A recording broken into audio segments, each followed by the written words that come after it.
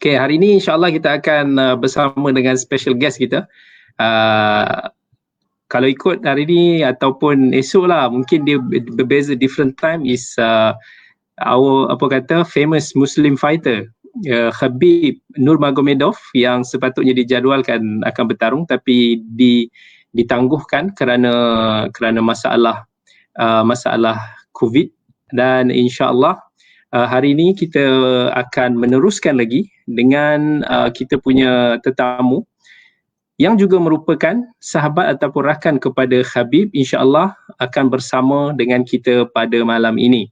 Dan dia alhamdulillah dia dah ada dengan kita pada malam ini dan ready untuk insyaAllah anytime untuk bersama dengan kita. Baik, insyaAllah kita jemput dia masuk dan kemudian kita akan cuba. Dan kalau ada siapa-siapa yang nak bertanyakan soalan, ahlan wa sahlan, boleh bertanyakan soalan kepada beliau. Hari ini saya cuba menjadi host. Itu yang seronoknya sebab selalu kita yang kena jadi panel dan saya sebenarnya suka nak jadi host. So kita insyaAllah kita welcome kita punya sahabat. Assalamualaikum. Ahlan wa sahlan. Hayakallah. يا محمد غازي، كيف الحال؟ وعليكم السلام ورحمة الله وبركاته. هلا الشيخ، الحمد لله تمام. كيف حالك شيخ كامل؟ تسمعني جيدا؟ Yeah, my voice is clear?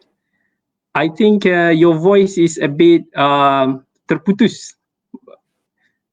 منقطع. So what does that mean? Yeah, منقطع?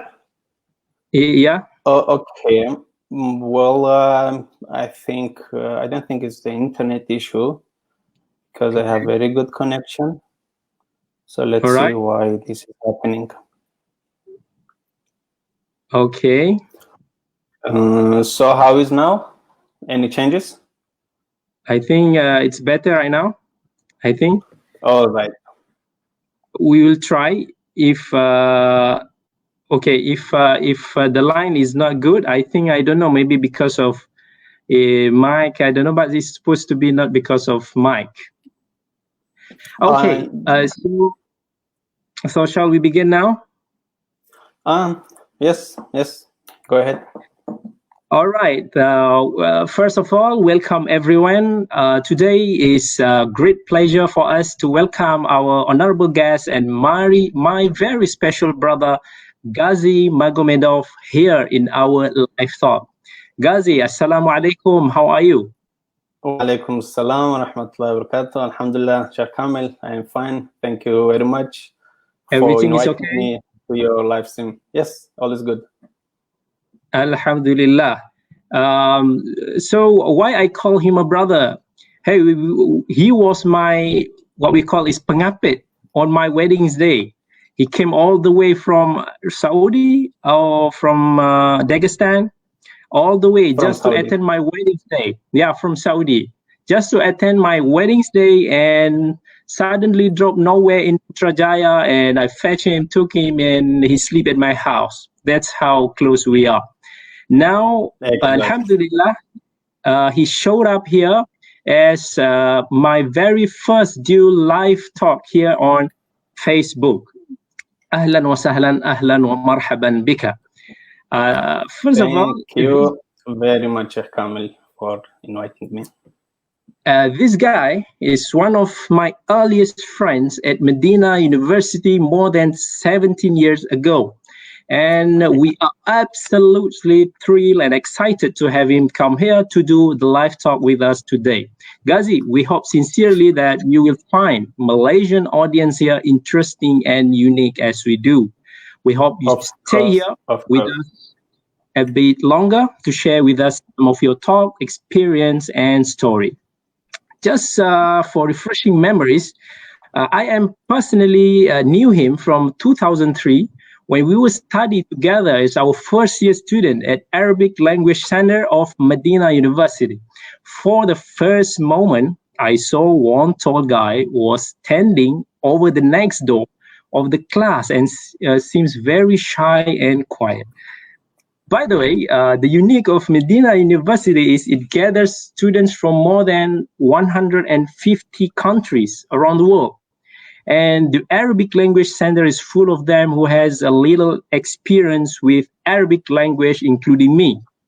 But there are some students like Gazi here who is already expert in Arabic speaking and writing, but they just want to spend some times or more times in Medina. You know how priceless Medina is for us Muslims. Gazi, by the way, is one of the very best foreigner who mastered Arabic very, very well. And to be honest, I found him a truly genius when it comes to Arabic language, but not only Arabic, many languages such as English and Malay as well. I guess you still remember many of Malay vocabs I taught him until today, do you, Gazi? Of course, of course. If I ask you, apa khabar? Bagus, bagus. Baik. Sudah makan? Belum. Belum makan? Sudah kawin? Belum. Inshallah after Maghrib makan. Mashallah, mashallah. So you do still remember, alhamdulillah. As for me, I learned a lot from him, really, especially Arabic. I think you moved to Syria 6 years before, am I correct? Come again? I didn't get you. I think you moved to Syria 6 years before you came to Medina. Yes. Syria, yeah, exactly. Yeah. But when I ask you about your Dagestani language, you teach me very bad words, unfortunately. I still remember until today. No, I don't remember teaching you those words, but if you still remember them and those words are bad, so I advise you forget these words. Some of Dagestani almost punched me in the face because I thought it was, how are you? And no, I think that was different Gazi who taught you, because I don't remember teaching you any nasty stuff or nasty words. So yeah, well, too many stories to tell. We have spent time together, and I remember we both were fighting almost 20 Saudi gangsters alone at the street. We tried our best not to run away and defend ourselves until your nose was broken, right? Hit by the pipe, I saw it. And you will bleed badly. And then we ran away to get back up from Dagestanian friends, but alhamdulillah, it ended in awesome way somehow. It was a great night, really. Yes, we resolved that peacefully. After the heavy fight, if you remember, I walked back to them and we shake hands, and so both parties forgive each other. Alhamdulillah. All right, Gazi, today we're going to talk about your place, Dagestan, the land of warriors. I believe many of our friends here want to know about it. And today we have several questions for you. And at the end of the talk, we all want to hear some of your golden advice. Perhaps it will be beneficial as our guide and information in our life, inshallah. Okay. Here is our first question, and it is kind of introduction to our talk today. Dagestan is located in North Caucasus region and has about 400 kilometers to be precise of coastline on the famous Caspian Sea.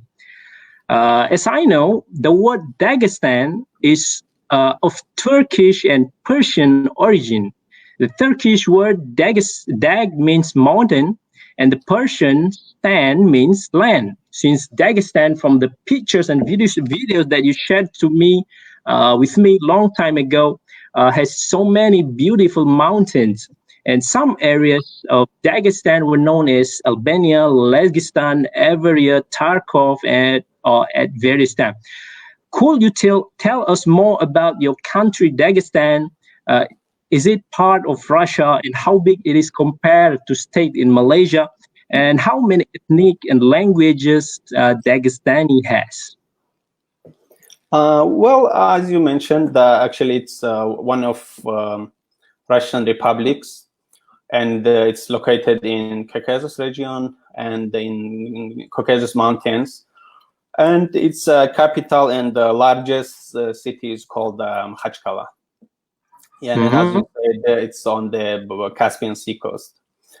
It's southernmost part of Russia, and it borders on its eastern side with Caspian Sea, and we border with Azerbaijan, Georgia, etc. Population is not huge. We have only 3 million. Yes, I think that's the current numbers, and it's very ethnically diverse republic. We have 6 totally different ethnics. So we differ from nation. One ethnic group differs from another in language, in food, and even like we can recognize them face. So those 6 are Avar, Dargin, Kumyk, Lezgin, Lak, Tabasaran. So I belong to the largest group, which is the largest ethnic group in Dagestan. It's only the 30% of total population. Wow. Yes, and we have other ethnic groups living in Dagestan, like Azerbaijanis. There are Chechens. There are even some Jews. So yeah, that's it. And if you remember, we have more than 30 different languages. Yes. Not 300? I recall it's 300. No. I think you are just adding one digit. All right. Yeah, it's 30. And like sometimes it will be only neighboring village, but we don't understand each other. Yeah, comparing Dagestan land to Malaysian states, it's smaller than Sabah, but I don't think there is some exactly same. I don't think there is state with exactly same size. It's 50,000 plus square kilometers. Yep. Yeah. If you are really interested in knowing more about Dagestan, I remember when I was in Malaysia in 2012 or 2013, there was this Jejak Rasul show. On TV. It was very famous local documentary long time ago in Ramadan. Exactly. So these guys traveled all the way to Russia. So they spent some time in Moscow, some time in Tatarstan, and they came to Dagestan, from where actually Dagestan was, from where actually Islam was spread to Russia. Yeah, so if you get a chance, please guys watch it. So Muslim population represents something 85-90%, and the others are Orthodox Christians, ethnical Russians who migrated to Dagestan during Soviet regime, and we have also Jewish minority living. Yeah, that's all. Okay. Is it the Dagestan still part of Russia? Yes, it's part of Russia. Yes, so all Dagestanis, we carry Russian passport. We speak Russian language. The official language in Dagestan is Russian language. Okay, if you see Dagestan, geographically, it is located near Chechen, which is known not so long ago with a war with Russia. Is war still happening there in Chechen or Dagestan? And how does it affect on Dagestan, as we both know, as majority Muslims? Alhamdulillah, now there is no war. And alhamdulillah, they are living very peaceful times now. And they really recovered from war very quickly. And if you get a chance to visit this republic, so there is no any sign of war left, especially in the city of Grozny, which was totally destroyed during war. So if you visit it now, mashallah, it's one of the best, one of most amazing cities in our region. The capital name is Grozny, with very beautiful mosques, etc. So inshallah, if you get chance to visit our area, so I will drive you through. See, actually, Chechens, this very small nation, they had very tragic times throughout their history. So during USSR, so there was a ruler called Stalin. So this guy decided on February 1944 to deport all Chechen population from Chechnya to Central Asia, to Kazakhstan, Kyrgyzstan, and other neighboring states. So almost 500,000 souls, like elders, kids, newborns, everyone was pushed to train. So basically, like, no one was left behind. So those who can't walk or who were slowing down to the train wagons, they were just shot dead. So this happened during winter. They were placed in unheated trains and were deported to Central Asia. So where actually temperature in winter drops below 50 Celsius. So they traveled in these wagons, like blocked from outside, without no light, water, food. So during cold winter, without knowing what's really happening and where is their destination. So trains were just stopping to throw dead bodies, and most of the historic report says that in this trip, out of 500,000 people, so almost 100,000 died during deportation. So they spent there in exile 13 years. So they were working in a labor camp in Kazakhstan. And only after 13 years, they were allowed to come back to their lands. So their struggle did end there. So after the USSR collapsed, they went through two wars. First started again in winter, December 1994, I guess. 1994. So Russian entered troops to Grozny, and those days, almost all neighboring Muslims from Dagestan, from Ingushetia, so other Muslim states around close to Chechnya, they support the Chechen fighters. So this had somehow bad impact in those republics. So the government started labeling all those who helped Chechens in their trial as a terrorist, etc. But it didn't continue for long. So the second war started in 1999, when some Chechen groups, they attacked Dagestan. So I don't know why they did this, but this happened, and that was the reason for Russian army to start second war. And officially, the war ended in 2003, 2004. But now, alhamdulillah, so there is no war either in Chechnya or no Dagestan. And alhamdulillah, we will pray that no one sees these wars. And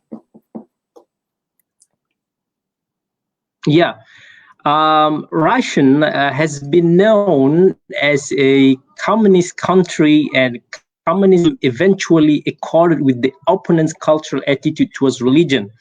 In Christian Europe, communism was believed to be the atheist way of life. In Protestant England, communism was too culturally close to the Roman Catholic dominion right. Hence, English atheists denoted themselves socialists. By the way, nowadays, Christianity in Russia is the most widely professed religion in the country, with more or approximately 70% of the more than 140 million population identifying as Orthodox Christian, and the Muslim population stands around 10%. Correct me if I'm wrong. What is your opinion about this? How could Russia, as a famous socialist and communist country before, can accept Christian as a religion? How about Islam in Russia? I heard that Islam is the fastest spreading religion in the country. Okay, see, like throughout the Soviet history, like from 1920 until 1990, till the USSR collapsed. So there were periods when Soviet suppressed all religions, but Christianity was not under pressure like as other religions. So because the majority of the believer of Russian population, they were the Orthodox believers. So definitely the government will not find any support. So they were just spreading these Marxist, Leninist ideas to eliminate the influence of other religious beliefs. And they were like actively encouraging this propaganda of atheism. starting from kindergarten and schools. But there was no religion like officially outlawed, so either Christianity or Muslim. So they didn't like ban it officially. So they were limited how to say, like in some areas there were official big mosques, even in Moscow, in Kazan, Kazakhstan, Uzbekistan, etc. So they permitted this like religious activity almost in all states, but it was under the Idara Diniya. So there was like Muslim Affairs Department. So most functional in all these like large cities. But see, throughout this, during this period, so the number of mosques dropped from 25,000 to only 500 mosques. So 500 mosques, yes, 500 mosques were remained in USSR, where the official Muslim population was 14 million. Yeah, so the most Islam. Some of them here ask you about what's the main economic drive in Dagestan. See, Russia, they don't develop. They live like these Muslim states undeveloped. So we don't have any factories. We don't have anything. So we don't produce anything. So we only live on the Russian government grants. That's it. So of course we have small harvesting and agriculture, but we don't have any. Yes, we don't manufacture anything. Yeah, but we have the land has all natural resource, gas, oil, but that's not allowed. So like in this small area of Dagestan, we have like almost 7 or 8 big what you call this, the hydro power station or something like with big dams. So we produce electricity almost for half Russia, but we never benefit from it. Okay. Gazi, nowadays people more realize about Dagestan after the famous eagle Khabib Nurmagomedov's win over the notorious Conor McGregor. Thanks to his undefeated record and humble attitude, and of course thanks to the most famous UFC fighter McGregor as well. People begin to acknowledge him and do a lot of research about this great champion. Other Dagestani fighter like Islam Makhachev, his best friend who has only one loss in his professional MMA career. And the latest is Umar Nurmagomedov, Khabib's cousin, who also has undefeated record, also got the attention as well. People were saying Dagestan is a warrior country as it has produced many great fighters. For example, Khabib's father, Abdul Manaf, who was known as the godfather or master of MMA, mixed martial art in Dagestan, who trained many Dagestani champions in many leagues. I want your opinion about Dagestani people and culture, because when we were studying in Medina together more than 11 or 12 years ago, you told me that you guys love wrestling and fighting so much.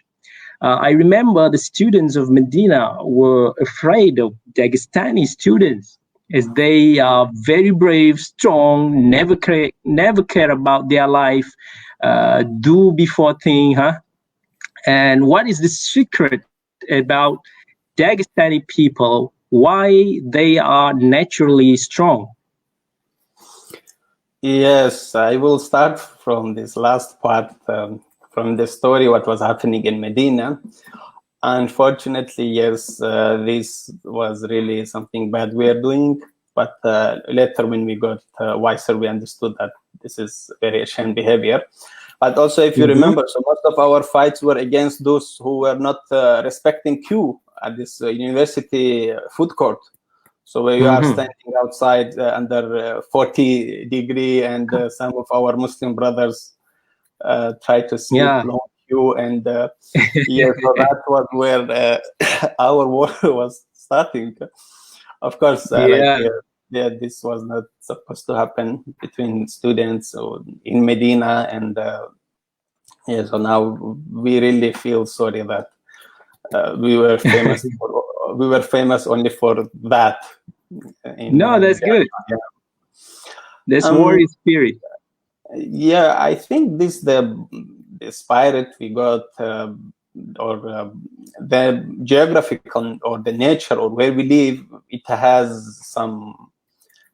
plays also a major role. Like my village is located 2,000 meters above sea level. Mm-hmm. So definitely the oxygen level is high, and the work you have to do is there very tough. And also see, like before Islam arrived to Dagestan, so our population had like diverse beliefs. So there were Christians, Jews, and even pagans. So they used to survive by attacking neighbors and putting hands on their livestock, lands, etc. But to do this, this required to have a strong spirit and hard training.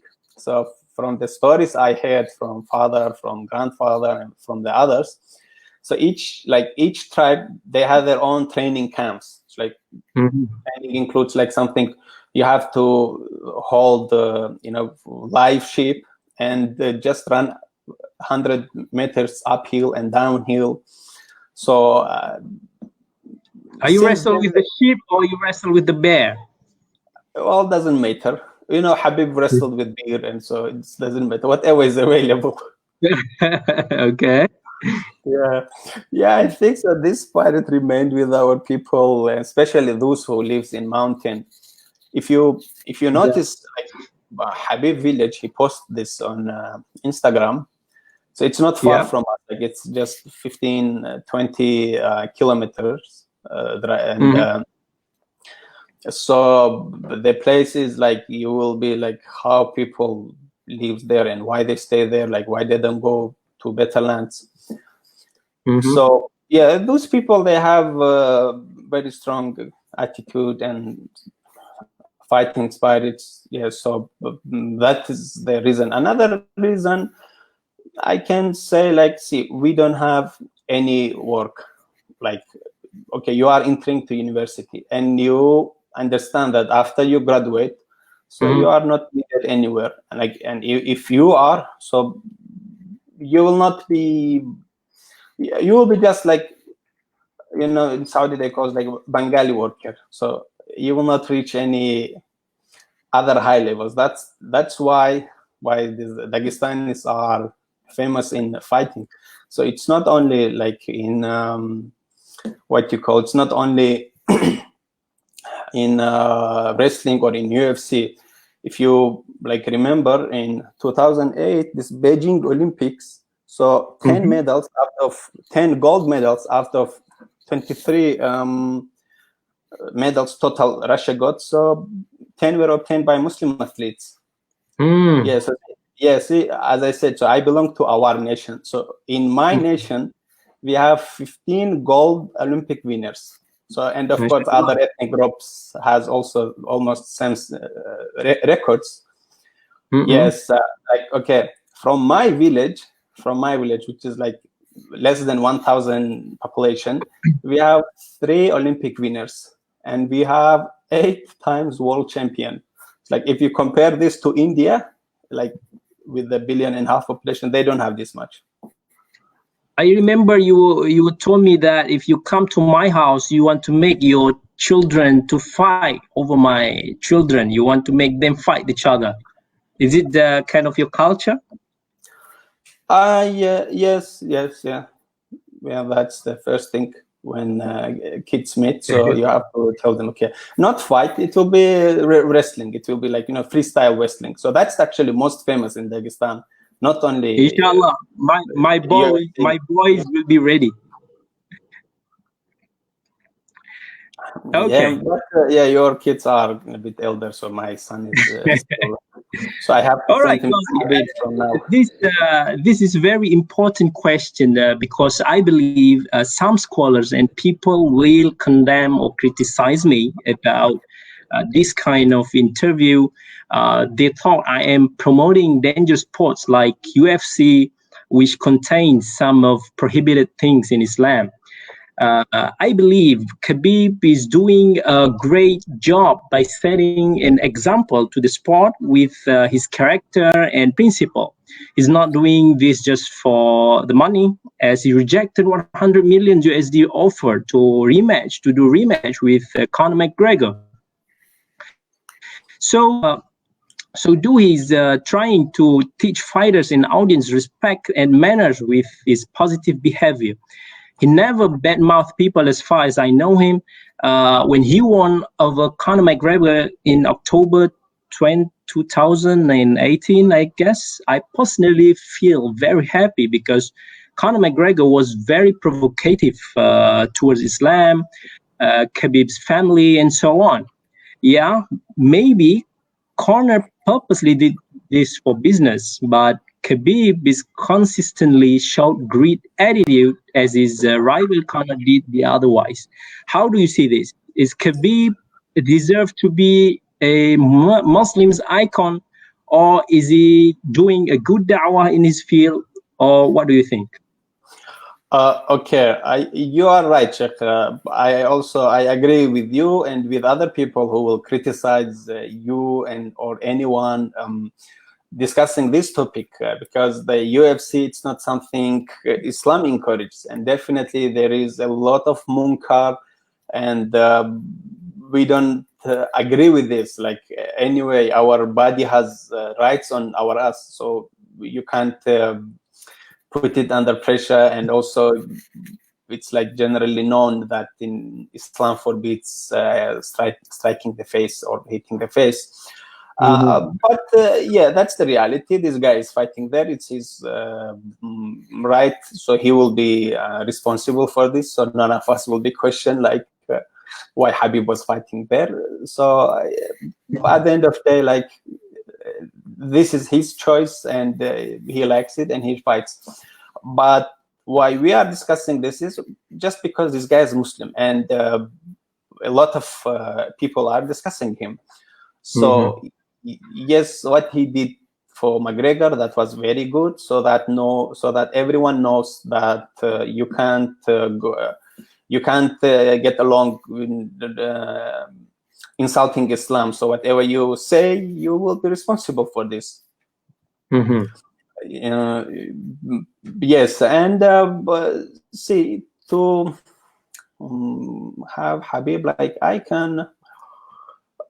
Okay. Anyway, see, he is ordinary Muslim, and he is, as I know him, very religious. Like other Dagestani fighters, like I can say, 80% of all our athletes, they are very religious guys and practicing Muslim. Yes, and they do da'wah in their capacity. So see, they have like million followers in Instagram. And like, for example, Khabib, this guy travels regularly for Umrah, Hajj, and yeah, he donates good amount of money for charity, especially yes, in Africa, even though he doesn't make it official. Yes, but he does. Yes, and if you refer like for his interviews, he tries to leave at least one small message.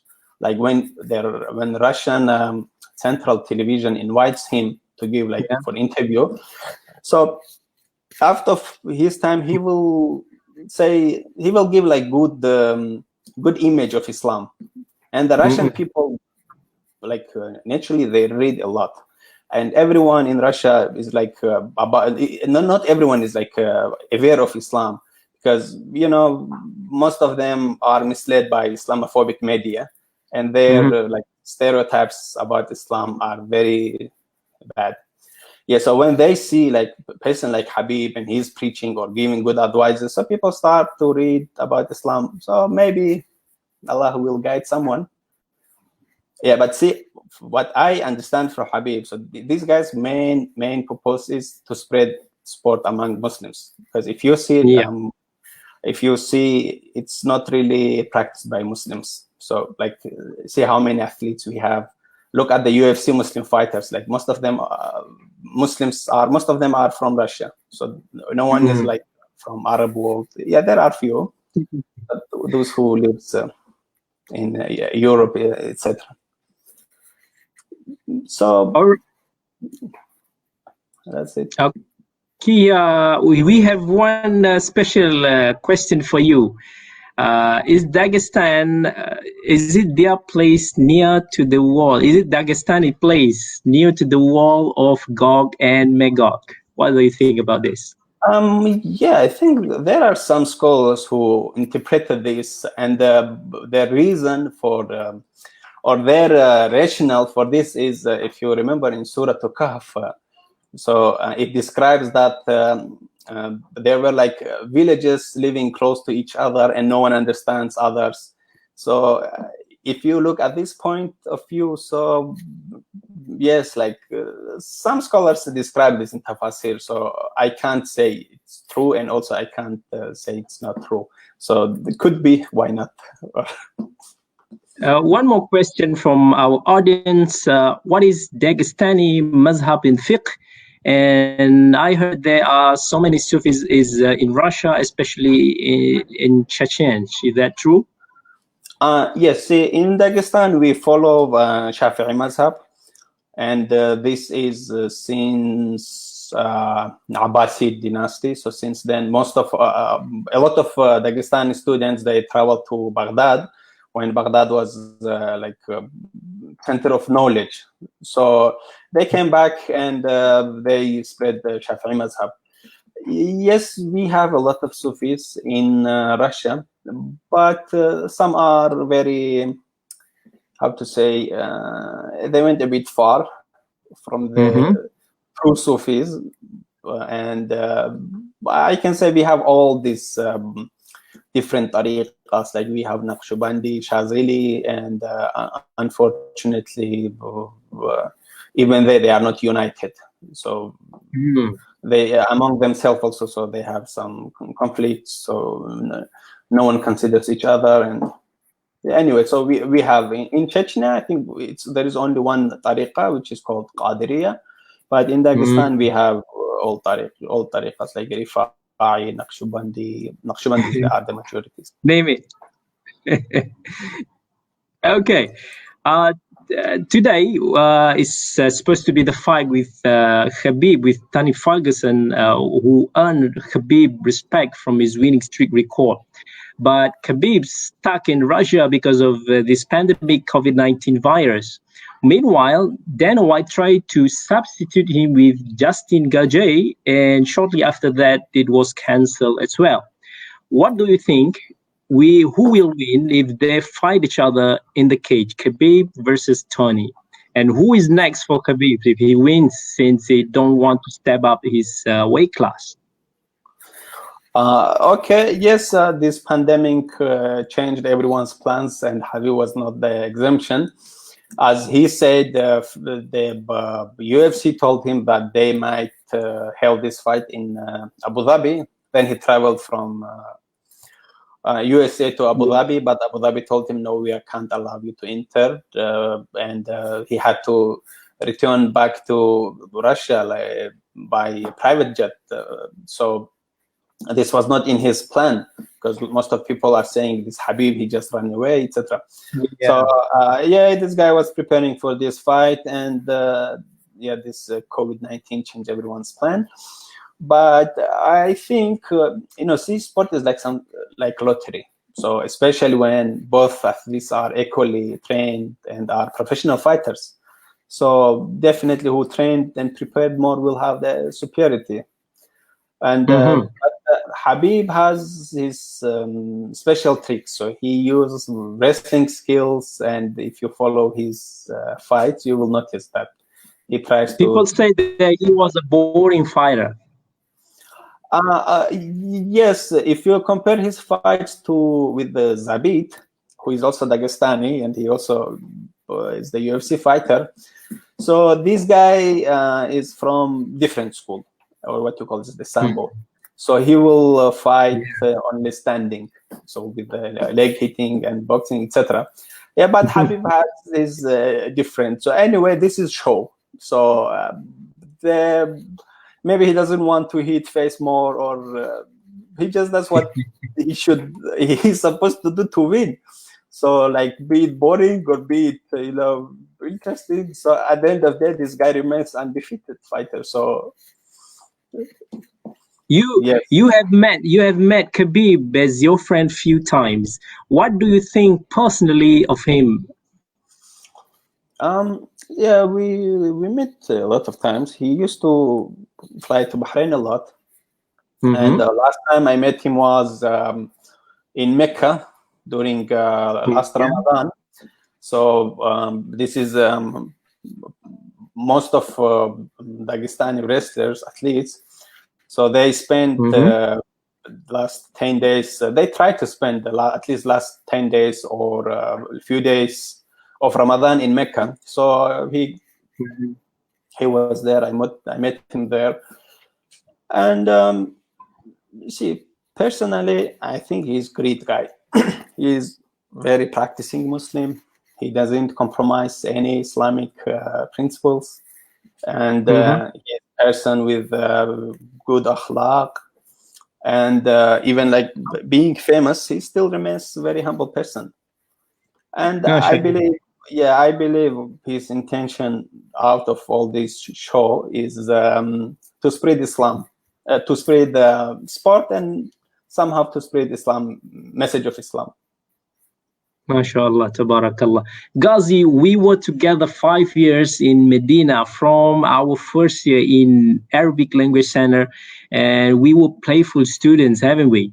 But many students who were like us feel regret after graduated and after come back to the country.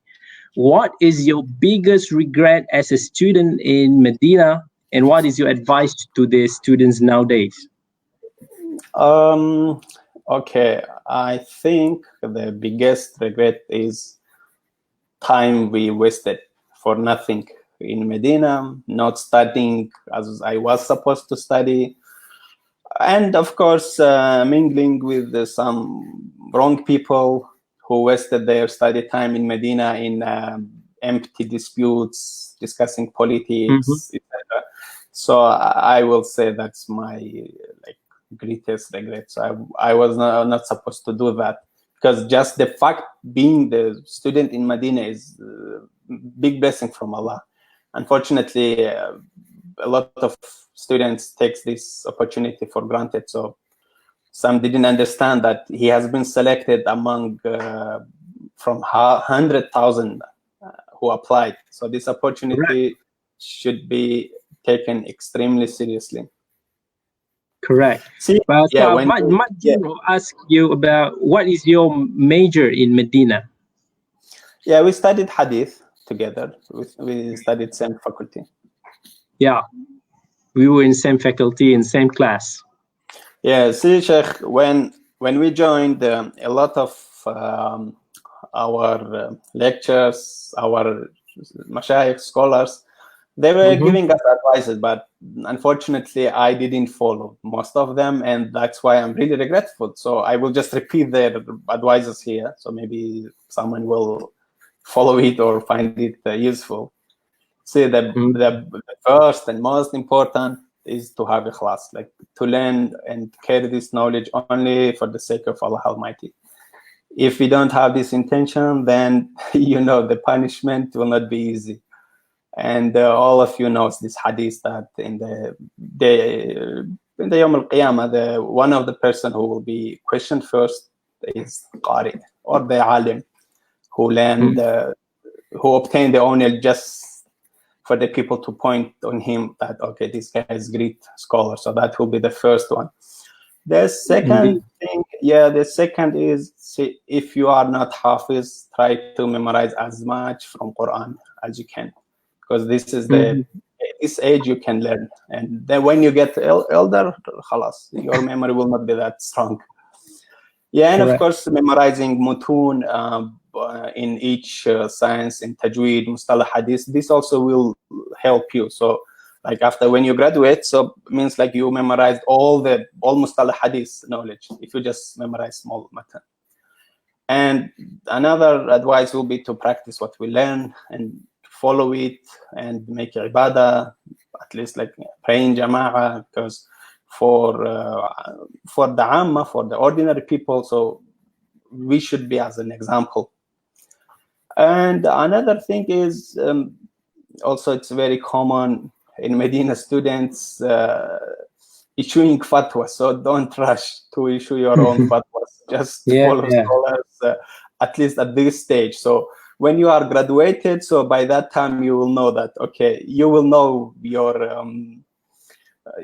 knowledge limit. So don't be enthusiastic at first year to issue fatwas.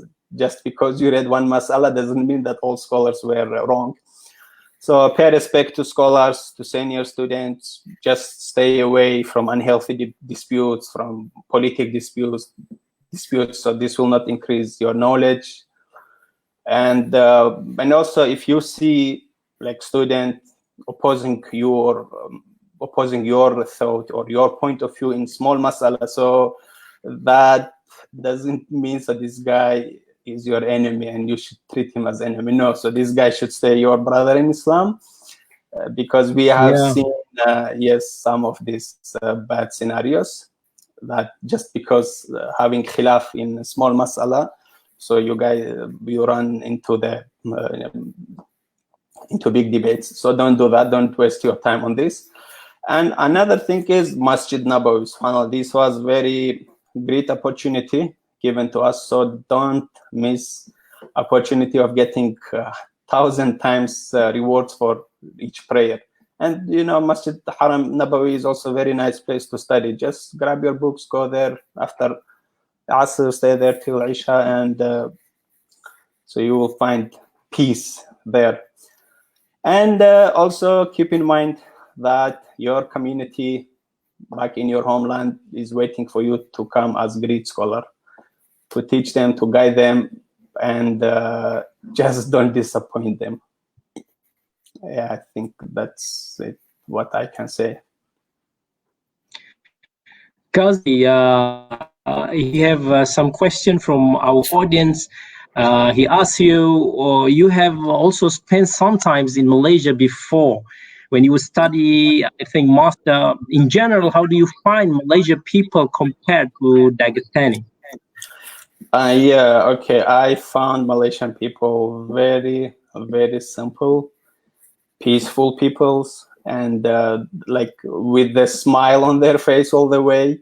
So this is something you will not see in Dagestan. So you can't, like if you are walking outside and you look on someone on street, so they will just simply smile. But Malaysia always smile at you but stab you at the back. Come again? Malaysian always smile and you on your face and stab you at the back. Well, this was not something I experienced, so I can't comment on this. But so I will say I spent in Malaysia a good time. It was almost 5 years, so I never ran into conflict. I never had this issue. So I found them very peaceful people. They love Islam. They practice Islam. I mean, the majority compared to other Muslims, where, like for example, in my place, the majority they say yes, we are Muslim, but they don't remember last time they prayed. So this is not. I didn't found this in Malaysia, in Malaysian people.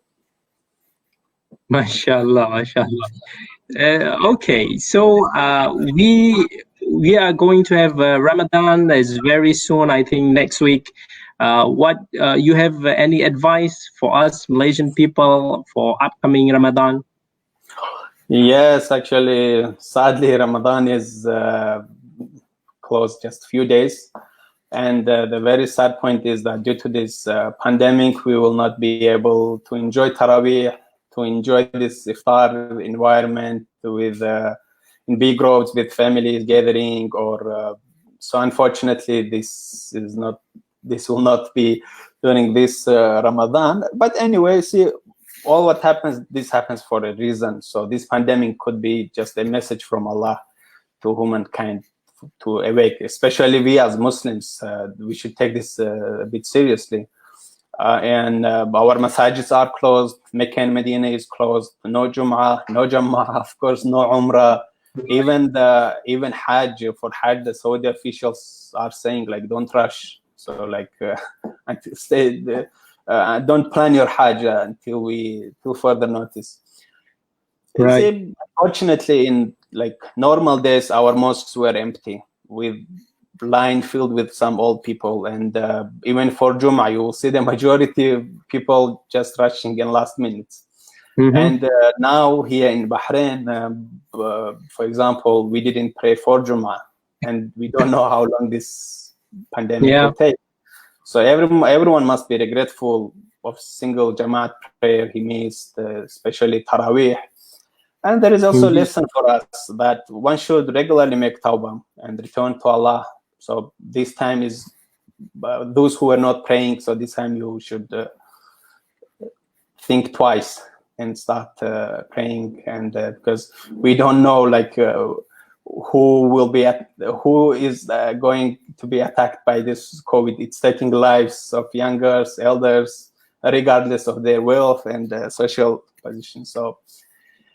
And of course, I believe in Malaysia also masjids will remain closed. So that doesn't mean there is no Tarawih. Yeah, we have to convert our mosques, our houses to mosques, and pray with your wife, with your kids. So try to read some Quran and make dua. So don't forget to make dua, your kids. So maybe Allah subhanahu wa ta'ala will put his mercy and keep all of us safe from this virus, epidemics, and wars. Yeah. Gazi, we have one question from our audience. When I studied in Syria, he wrote this. Some Dagestanians friends like to put on steel on their hand and feet. I don't know what kind of steel is it. Apart from wearing sports attire, is it a culture? Yeah, I don't know what's that metal thing you are saying, but and I don't remember having this any metal attributes. We don't. But there is something. Someone will use it for fight. So it is. You just put it on the hand, and when you punch, so it can just destroy Jack. So I don't think they were wearing this. Or maybe so. I don't know that someone was wearing this in Syria. So if he can refer which institute or who was that guy, so maybe I can find this out. Gazi, here one question from Muhammad Hazim. Is Sambo or Judo is more popular in Dagestan? No, see, most popular is freestyle wrestling. So once you master this, and then they start going to judo and sambo, and wushu sando. So even we have one guy. His name is Muslim Saliho. So he became like a multiple wushu sanda world champion. So he's the only non-Chinese person who won this wushu sanda king cup. So. So there is no particular sport. So we practice all, like each sport. I think the only sport we didn't practice is this cricket, because we didn't understand the logic behind this game. Bro Johan asked you, do you ever had a fight with Khabib? No. I knew him the first time I met him in 2015, and I'm not fighting guy, so I'm. So I'm not fighting guy. So we never had a fight, and outside cage also he doesn't fight. Only inside cage and in his training camp. That's it. MashaAllah, MashaAllah. We are glad to have you today with us in our talk show here, and I want to thank you for spending your time with us today. Jazakumullahu khair al-jaza. Some of them want you to speak a bit about Arabic. يعني تعطي النصيحة لنا الماليزيين يعني باللغة العربية. يعني ممكن نبدأ دقيقتين. اوكي طبعا ما عندي مشكلة ابدا. طبعا النصيحة الأولى والوحيدة ستكون إذا تريد أن تتعلم اللغة العربية الفصحى وأن تتقنها، عليك أن تدرس الصرف والنحو. فإذا ما درست الصرف والنحو فلن تعرف أين تضع فتحة وأين تضع كسرة، فستقلب اللغة العربية إلى لغة أعجمية. فأول شيء لازم تحرص على أن تتعلم علم الصرف. هو في البداية صح قد يبدو لك صعب، ولكن إذا تعلمته فسيسهل عليك كل شيء وستفهم العبارة بدون أي مشقة. أما إذا ما فهمت النحو وما عرفت الصرف فكلما قرأت سطرا فلن تفهم ما المعنى وما المقصد وما المغزى، لأن في اللغة العربية خاصة في الفقه إذا تقرأ في الفقه فأحيانا مثلا جملة تكون لها معنى مغايرة إذا غيرت كلمة، إذا غيرت فقط حركة، أو إذا نطقتها. أيوة، فلازم تتعلم علم الصرف وعلم النحو. فإذا تعلمت هذين علمان فأنت إن شاء الله وبإذن الله ستتقن اللغة العربية. بعضهم يجد اللغة العربية من الصعوبة بمكان. هل لديك كتاب مقترح أو طريقة معينة؟ نحن أغلب الطلاب من داغستان نحن كنا نتقن اللغة العربية بالمقارنة مع الطلاب الآخرين الذين كانوا يدرسون في المدينة، لأننا نبدأ تعلم اللغة العربية وحتى تعلم الدين نحن نبدأ من علم الصرف. فنحن نتعلم الصرف أول شيء مهم جدا. وأنا حتى أذكر ممكن عمري كان 7-8 سنوات أنا كنت أحفظ الأجرومية، ما شاء الله وما كنت أعرف معناها ولكن حفظتها. فالحمد لله هذا ساعدني كثيرا في إتقان اللغة العربية، مع أني ما أدعي أني أتقنها، بس يعني بشكل عام أفهم وأجيدها نوعا ما. لكن أنت ما شاء الله حفظت الكلمات بسرعة وإلى الآن ما نسيتها، يعني هذا ما شاء الله، يعني صعب نجد مثل هذا الذكاء. لا يا شيخ، هذا شيء طبيعي، هذا الذي أنا أقول. يعني مثلا شوف، أنت الحين إذا عرفت كلمة سجدة، عرفت سجدة، فأنت سجد هنا معروف، كلمات سجد هنا مشهور جدا. لا أنا قصدي ولذلك أنا أخذت هذه الكلمة كمثال. يعني أنت تعرف أوكي سجد خلاص هذا فعل ماضي، كيف سيصبح فعل مضارع؟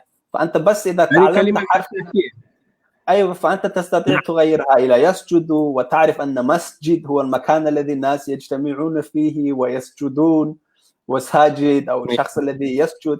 فنفس الشيء، يعني أنت إذا تعلمت مثل ملعب، عرفت لاعب يلعب، لاعب ملعب، فكل شيء على وزن واحد. فما يحتاج مثلا إذا تعلمت كلمة مثل مذهب، عرفت يعني ذهب يذهب، ذاهب مذهب، يعني الشيء الذي الشخص يتبعه. فأنا أظن يعني هذا الشيء الذي سهل لي اللغة العربية. ما شاء الله ما شاء الله، يعني الحمد لله حضرت معنا اليوم ونحن مبسوطين بحضوركم، ما شاء الله تبارك الله. لعلنا إن شاء الله نلتقي في فرصة أخرى. هناك في أي كلمات أخيرة يعني تريد أن تلقي لنا كلمات أخيرة سواء باللغة العربية أم باللغة الإنجليزية؟ طبعا أول شيء شكرا، جزاك الله خير لدعوتك لي أن أحضر هذه الجلسة، وأتمنى أن الله يرفع هذا البلاء عنا وترجع الحياة إلى الحياة الطبيعية. yeah, that's it. At the end, just stay home, just stay safe. Thank you very much, Gazi, for spending your time today. And inshallah, if we have some opportunity in the future, inshallah, we will invite you again. And we hope you safe there in Bahrain. And inshallah, نسأل الله تعالى أن يرفع عنا هذا البلاء. وإلى اللقاء يا غازي، جزاكم الله خيرا.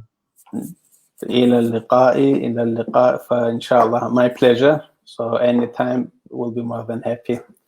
Barakallahu fikum. Thank you all for your time, and inshallah see you again.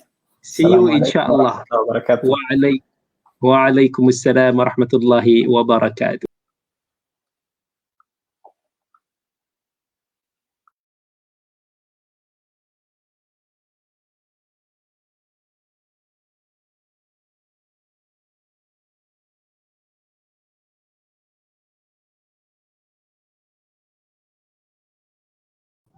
Okay, sorry kita terputus tadi. Kita insyaAllah kita jumpa lagi pada masa yang akan datang. Terima kasih kepada semua. Aqulu qawli hadha wa astaghfirullahal azim li wa lakum. Wassalamualaikum warahmatullahi wabarakatuh.